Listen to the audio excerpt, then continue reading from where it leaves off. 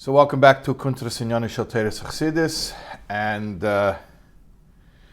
we made an assertion in the last class that Chassidus brings out a whole new dimension, a new vitality in all the four levels of Torah interpretation. And I say all the four levels, meaning there are four levels, not a fifth level, because Chassidus is that fifth level that's not a level. It's not a level. That's the whole point of it. It corresponds to essence. And just like the Yechidah of the soul is not a fifth level of the soul, but it's the essence of all the four levels of the soul. So to Chassidus is like the essence of all the four levels of Torah interpretation. Of course, we mean Pshat, Remez, Drush, Sod. So we made that assertion in the previous class. We haven't really demonstrated that. We said that it's true, but we didn't give an example or an illustration. So now what's about to happen in the Maimer is a rather detailed demonstration of how Chassidus is different from and also expresses itself through the four levels of Pshat, Remez, Drush, Sod. We're going to pick up from where we left off. We are on chapter 9.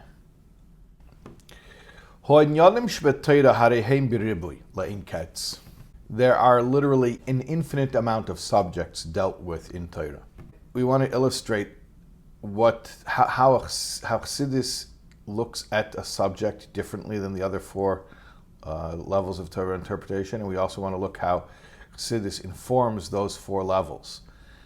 And we need to pick a subject. Well, what subject should we pick? Torah literally has an infinite number of subjects. So therefore we suggest, al kol panim, at least, inyan echad b'Torah, one concept. K'mei shehu al pi pshat, al pi remez, al pi drush, al pi sod. We're going to bring out its explanation according to pshat, according to remez, according to drush, according to sod. As well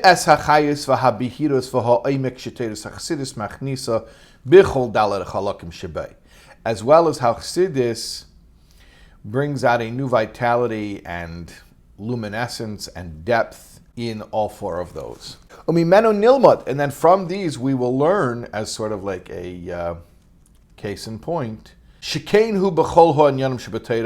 that you may extrapolate the same regarding all subjects within Torah. So we're going to pick one as our case study, but really it is meant to be an illustration of the same principle which could be applied to every single subject that Torah deals with, which again is infinite. There's an infinite number of subjects Torah deals with. Okay, so which one are we going to pick?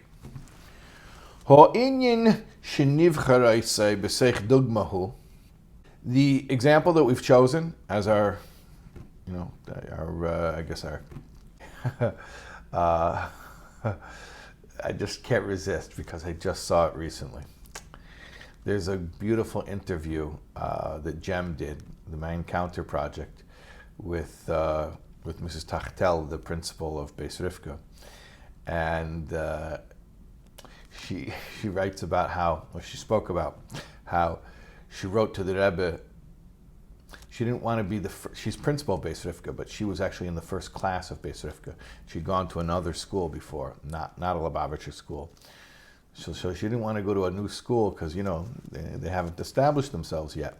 So she wrote to the Rebbe and she said, I don't want to be a guinea pig. And very forthright. And she wrote in English and the expression guinea pig. I don't want to be a guinea pig. And the Rebbe wrote back, I think the Rebbe crossed out guinea pig and wrote pioneer. Not a guinea pig, a pioneer. Okay, anyways, so what subject in Torah have we chosen to be our case study? Modeh Ani lefanecha chulu. We chose Modeh Ani. Why? Well, we're going to give actually 3 reasons. And, as long as I'm mentioning my Encounter project, I'll mention something else before we give the 3 reasons. There's an interview with Nachum Stillerman, and he writes about how his father had a grocery in Crown Heights, and he used to deliver groceries to Rebbe Tzimchana, the Rebbe's mother. And one time the Rebbe Tzimchana offered that if he had any questions for the Rebbe, that she would get an answer for him. So he said he was about to go off to college, and he was sort of thinking to himself about priorities, about what's important to keep. And so he asked the Rebbe Tzimchana, what is the Rebbe's favorite prayer? Like sort of in the back of his mind, he was thinking, what prayer should I be very careful about, keeping? So the next week when he came to deliver groceries, Rebbe Tzimchana brought it up, and she said, I asked the Rebbe your question, and he told me his favorite prayer. His favorite prayer is Modeh Ani. Anyways, that's the story. The Rebbe's favorite prayer is Modeh Ani. Okay, so we've chosen Modeh Ani, the Rebbe's favorite prayer. The Rebbe chose Modeh Ani, which is the Rebbe's favorite prayer. The Rebbe doesn't say here that it's his favorite prayer, but apparently it is. We've chosen Modeh Ani as our example. For how many reasons? 3 reasons. Okay, let's take a look at them. Aleph.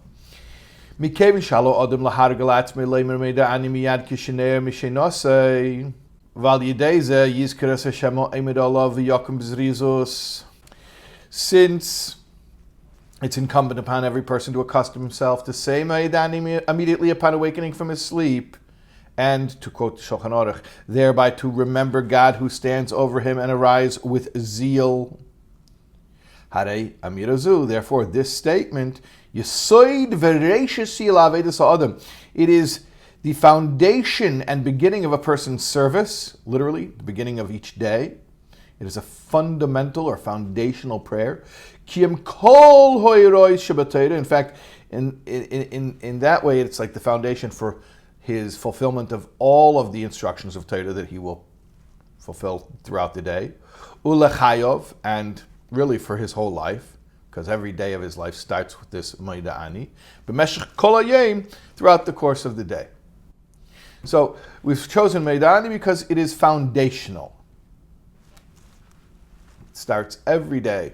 Every day of one's service of Hashem starts with the Modeh Ani, and everything else is built upon that. Okay. Base.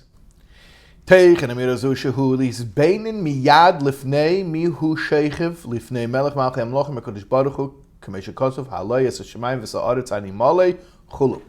The meaning of Modeh Ani, of reciting Modeh Ani, is, again to quote the Shulchan Aruch, to contemplate immediately upon awakening before whom one is lying there.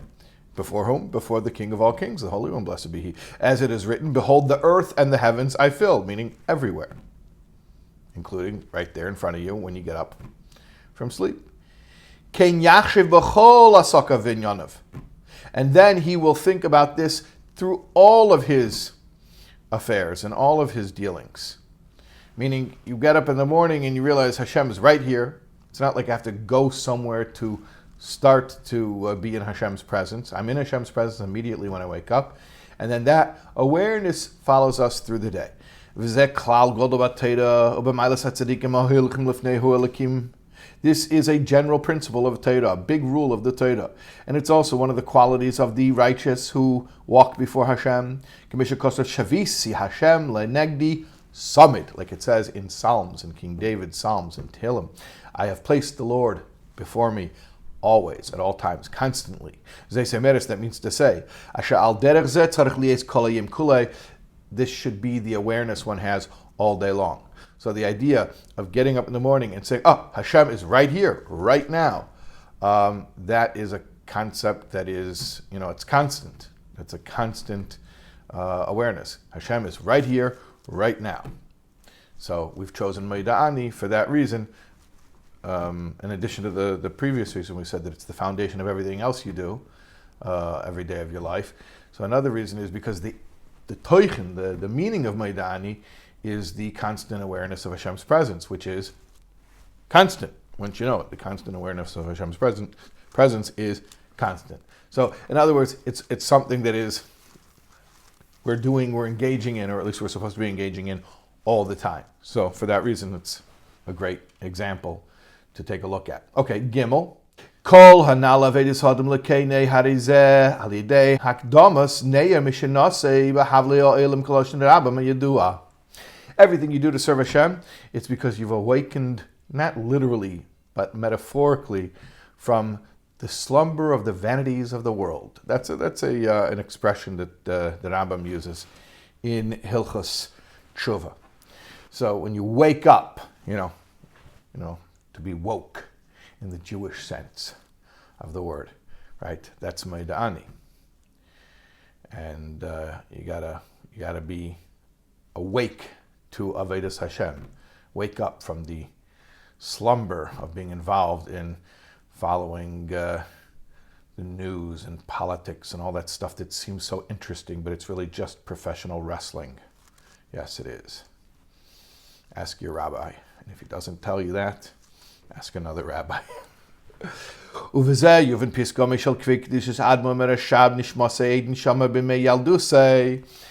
Parenthetically, the Rebbe says, now we can understand also an expression that the Rebbe Rashab, the fifth Rebbe of Chabad, said.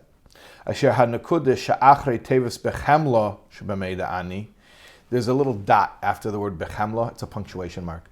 Why? Because you say,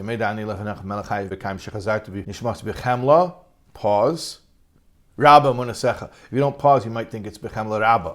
That rabba is an adjective modifying chemla, that the chemla is rabba, abundant kindness. It's really bechemla, you restored my soul graciously, bechemla, pause, rabba munasecha, rabba is modifying munasecha, your trustworthiness is great. Anyway, so the Rebbe Rashab said that little dot there, tzrichim lefeishta, v'nanda spreiten in Yiddish. We have to spread that dot out, al kol hayom kulei, over the whole day. Ki b'chol rega v'rega shebemeshech kol hayom tzrich eliyeh, so aveda de Modeh Ani. Modeh Ani really has to last all day long. So the idea again is, why have we chosen Modeh Ani, even though it's this one moment of the day? Because what Modeh Ani symbolizes really touches everything and every moment of our lives as Jews. So that's why we've chosen Modeh Ani, and from that we will see, as a case in point, what the different levels of Torah interpretation look like, how they differ from each other, how Chassidus differs from them, and then we'll see how Chassidus enlivens all four of those. That's the premise. Okay. Yud. We are on chapter 10. Yud. Inyane shel Modeh Ani chulu al pi chelek hapshat shebeteirahu. What is the pshat of Modeh Ani? And we're just going to do the pshat, the simple plain pshat. We're going to go back later and explain the pshat. We're going to re-examine the pshat in the light of Chassidus. But first, let's just look at pshat on its own.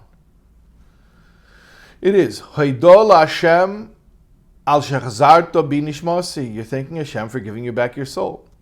Va'af shemavorchem al chasidus and neshama birkas elakai neshama. And although there's a bracha you make in the morning blessings, elakai neshama, my Lord, you returned my soul. So why? Seemingly it's redundant to have both of them. Kol malkeim, nevertheless, tzarich leimer gam Modeh Ani. You still have to say Modeh Ani first. Because the obligation to thank Hashem for your soul is immediate, right when you wake up. Why right when you see the morning blessings you make later? After you got out of bed, you washed your hands, you went to the bathroom, then you make your morning blessings. We don't want to wait until that long. So why? Why don't we want to wait so long? Like a bracha you make on any benefit, like eating, let's say. Humiyad kishnene. You make the bracha right when you have the benefit. Ve'terem shnene. Actually, you make the bracha before you have benefit, right? When you take a bite out of an apple, you make beiri priyo eitz first, and then you take the bite. Well, here obviously it's not possible to say Modeh Ani before you wake up. Do you know by the way, why it's not possible to say Modeh Ani before you wake up. Try it, get back to me and tell me why it was not possible. Anyways, so we can't make it before we wake up, but we can make it immediately, or as close to as immediately upon awakening as we can. So too, the thanking Hashem for giving us back our neshama, which actually is the greatest benefit. If we try to make a blessing immediately before getting any benefit, well, how much more so the benefit of getting your soul back, which is the mother of all benefits. It includes within it, getting back your soul is a benefit which includes within it all other benefits. So it should be done immediately upon awakening. Okay, fine. Great, so you have to make that immediately. So still it doesn't explain the redundancy. We have Modeh Ani and then we have Elikai Neshama. So fine, so just do Modeh Ani. No, but we can't do that. Why not? Elikai Neshama is a proper bracha and it has Hashem's name in it. Therefore, we have a problem. In our days, we cannot say that before we wash Netilas Yadayim. We're going to have a problem saying Hashem's name before we wash our hands. So what did we do?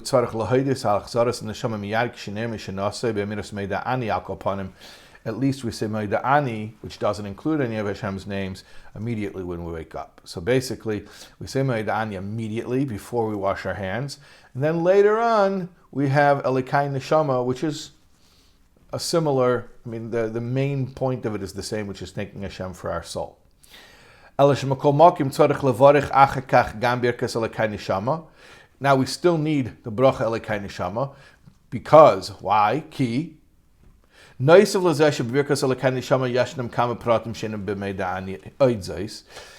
to the fact that there are more details, and it's a longer prayer and it has more details, the main difference is Modeh Ani doesn't mention Hashem's name. And as we know from the Gemara in Brachas, Daf Mem Amud Beis, any bracha that doesn't have Hashem's name or the mention of Hashem's kingship is not a proper bracha. So Modeh Ani is not a proper bracha. That's why we still need to make a proper bracha on the return of the soul, which is Elikai Neshama. But we don't want to wait until we can make a proper bracha because we want our thanks to be immediate, so we have the Modeh Ani. And that's why we have both. Okay. Continuing, we're still looking at the pshat of Modeh Ani, but we mentioned that nowadays we need that Modeh Ani. It's actually interesting. Modeh Ani is post-Talmudic. It came along after the Talmudic era. Why? Because they didn't have the same problem that we have.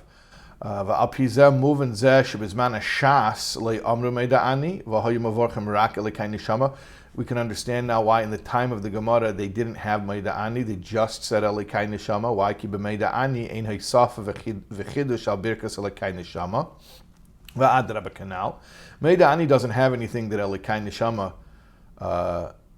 doesn't have. Modeh Ani, in other words, whatever Modeh Ani has, Elikai Neshama has, and Elikai Neshama has even more. The fact that we have to say Modeh Ani, even though content-wise it doesn't add anything new, the reason we do it, the reason we have Modeh Ani is precisely because it doesn't have Hashem's name in it, and we can do it right immediately when we wake up. Mayhem, but in their days, in the times of the Gemara, they would actually say Elikai Neshama immediately when they woke up. They didn't have the same problems with purity that we have. So they didn't need Modeh Ani because Elikai Neshama served that purpose by being able to, recite it immediately when they woke up. All right, so that is Modeh Ani according to Pshat. Basically, it is a prayer that was specifically constructed to be possible to recite immediately upon awakening.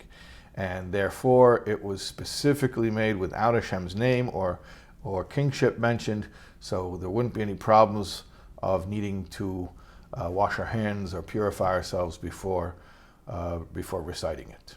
All right, so that's the simple pshat of Modeh Ani. Let's continue. Now let's look at it according to Remez. What is Modeh Ani according to Remez? Remez means allusion. It means a meaning that is not exactly the literal meaning, but it's like one step, it's like one jump away. Like a reference or an allusion. That's why we call Remez, allusion. Sometimes Remez is translated as hint, but allusion or reference, that might be more accurate. Waking up in the morning is an allusion to the revival of the dead, the resurrection. As the Gemara says, that sleep is a 60th of death. Therefore, waking up in the morning is a little tiny little bit like the resurrection.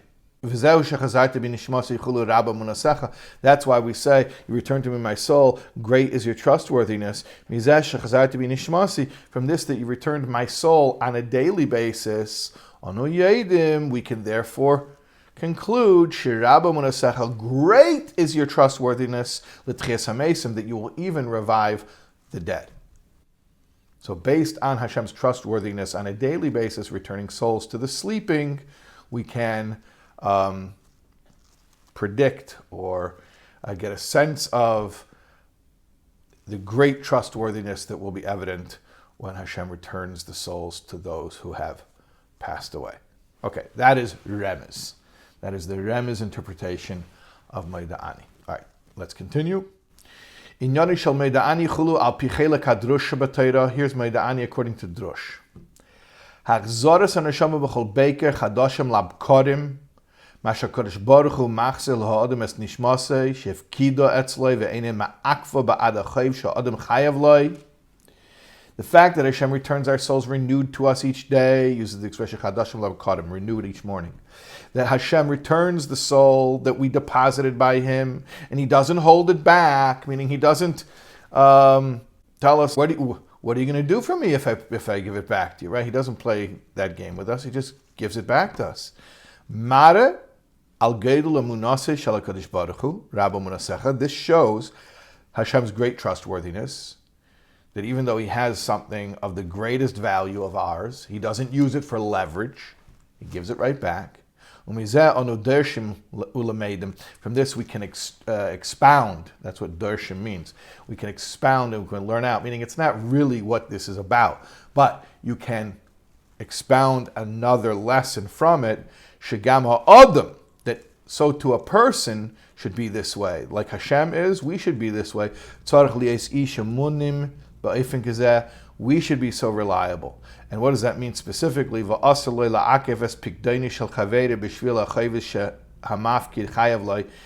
allowed to withhold an article entrusted to you because somebody has a debt to you. Just like Hashem doesn't use the leverage and say, oh, now I got your soul, now I'm going to make you agree to pay up all the mitzvahs that you owe me, right? No, He doesn't do that. He gives it right back. Doesn't use it for leverage.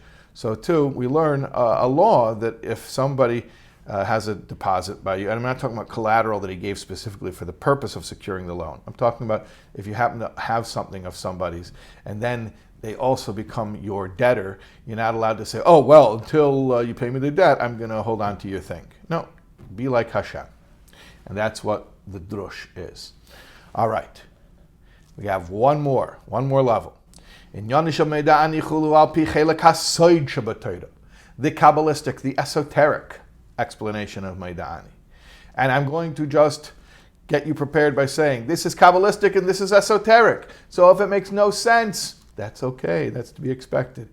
And we went to Pshat. Pshat made sense, right? You want to thank Hashem for giving back your soul immediately. That makes sense. Well, Pshat usually does make sense. Remez was, just like Hashem is worthy to give you back your soul when you wake up, Hashem is trustworthy to give us back our souls, to those who are in need of resurrection. Drush is just like Hashem doesn't use the soul as leverage, so too a person should not say, I'm not giving you back your property because you owe me something. All those things are kind of relatable and we understand them on a simple level. Please, please, please do not say, I do not want to get any emails or letters saying, What was the side? I didn't understand the side. You're not going to understand the side. That's the whole point. But we're going to go back to all of these, and we're going to unpack them at length. So don't worry about it. All right. Inyan Modeh Ani chulu al pi chelek hasayd shebetorah. Melech havekayim hu bechinas hamalchus.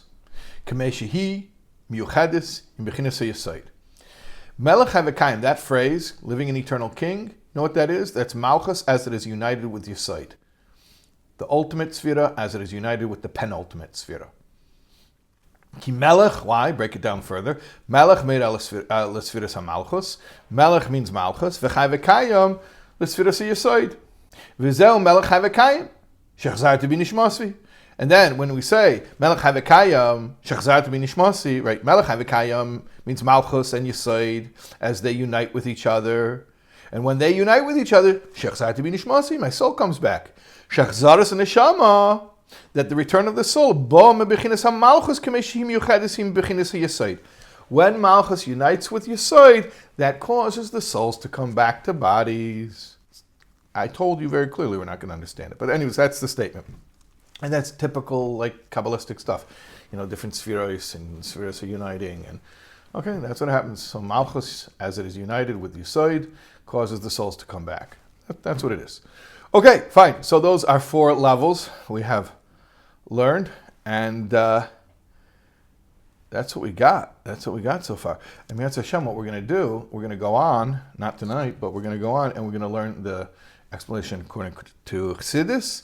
And then we're going to take Chassidus and shine that light through all the other 4 levels and see how they come to life in a new way. Okay, thank you to everybody.